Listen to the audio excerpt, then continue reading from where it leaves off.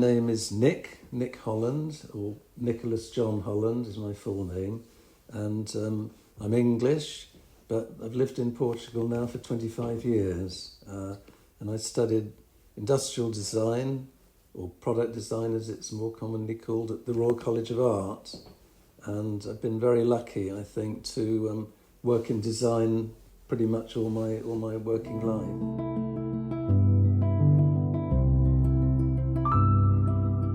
First ideas for designs can come from many different places. If you're on a train or an aeroplane or in the countryside, you might suddenly get a nice idea. But to actually then develop a design, I think I need a nice, comfortable environment that I feel very at home in, with nice things around me, and peace and quiet to really focus and concentrate. You start with an idea. You sometimes have a design brief if it's for a client, which gives you a good starting point. Other times you might just have a good idea that you want to create a design around it.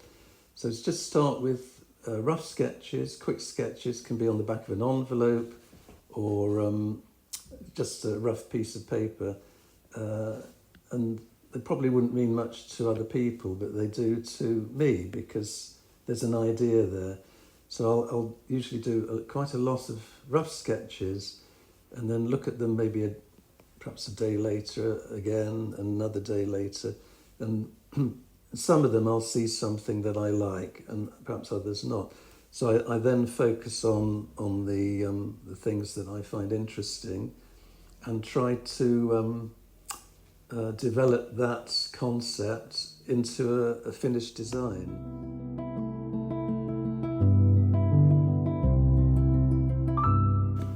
Yes, I'd say definitely old-fashioned, because I've been doing design a long time, and when I started working, we didn't have all these sophisticated computer tools and software packages that we have nowadays.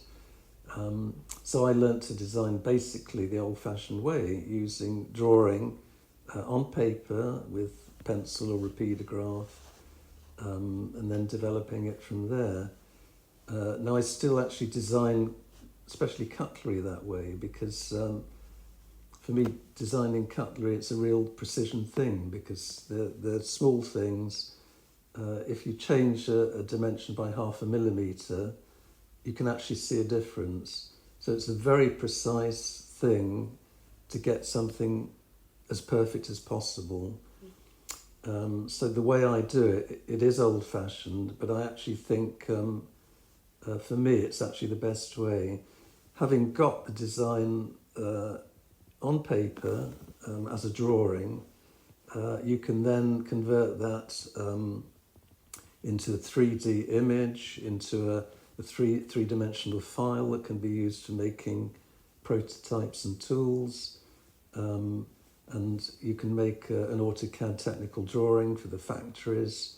Once you've got that design right, as far as you're concerned, everything else can follow on from that.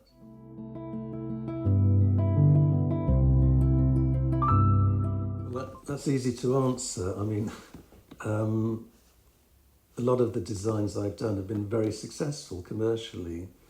So obviously that's what any company is wanting, commercial success, generate funds for the business. So that is the main priority for the area I work in, which is working for production, not one-offs, but generally volume production.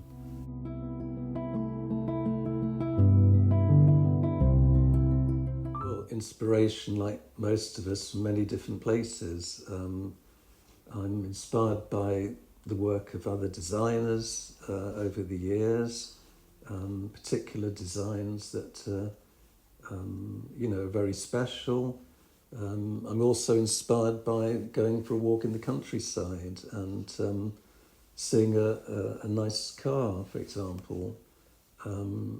So you can get inspiration from many places. I'm also inspired by, in my office, I got a photograph of the famous Spanish painter Juan Miro working in his studio at the age of probably 95, doing paintings. So that's on my wall to inspire me to keep going as a designer as long as possible.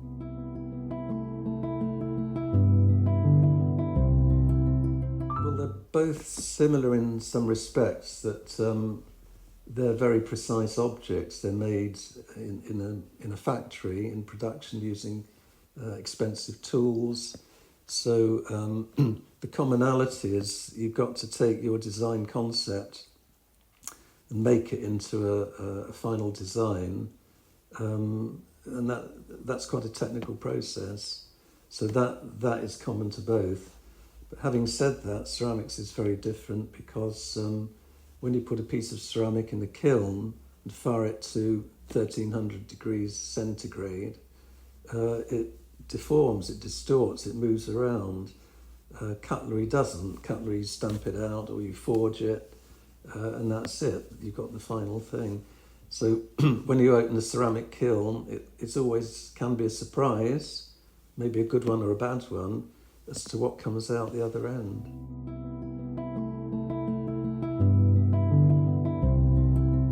Design awards are very nice to have.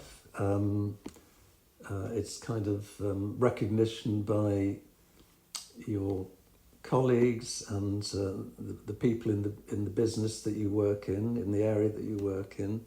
So it's kind of recognition.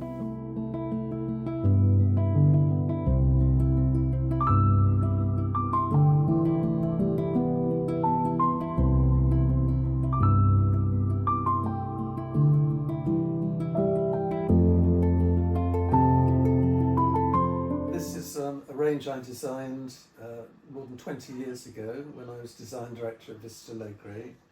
It's a range called Domo.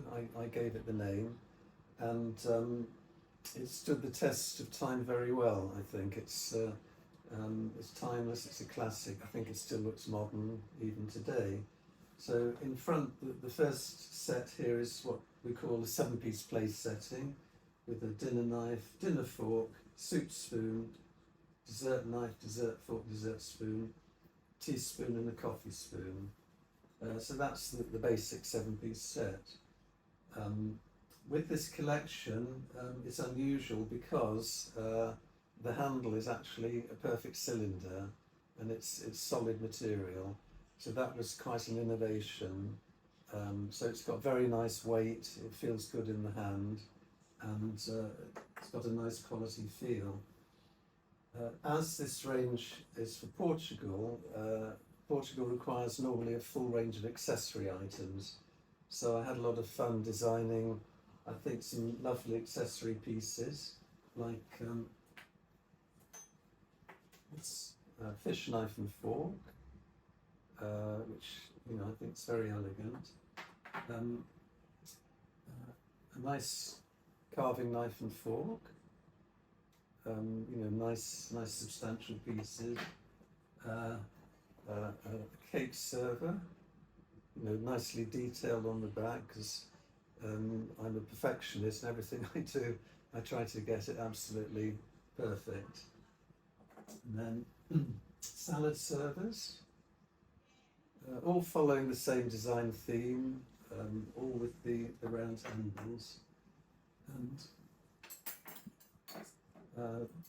we also did the range with gold handles, gold-plated handles, real gold actually. A little bit more expensive, but not excessively so. So that's the Domo collection.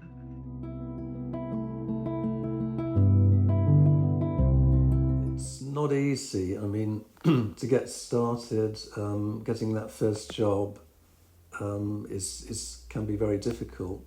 But I think if you're really talented and you're prepared to work hard, you'll usually get there in the end. and but it is difficult because it's a very competitive area. There are lots of very good designers around, so you have to really, you have to be passionate about it and not give up, keep going. And I think in my case, I've had some lucky breaks, which not everybody has. So I feel very lucky to have done and be doing what I am doing.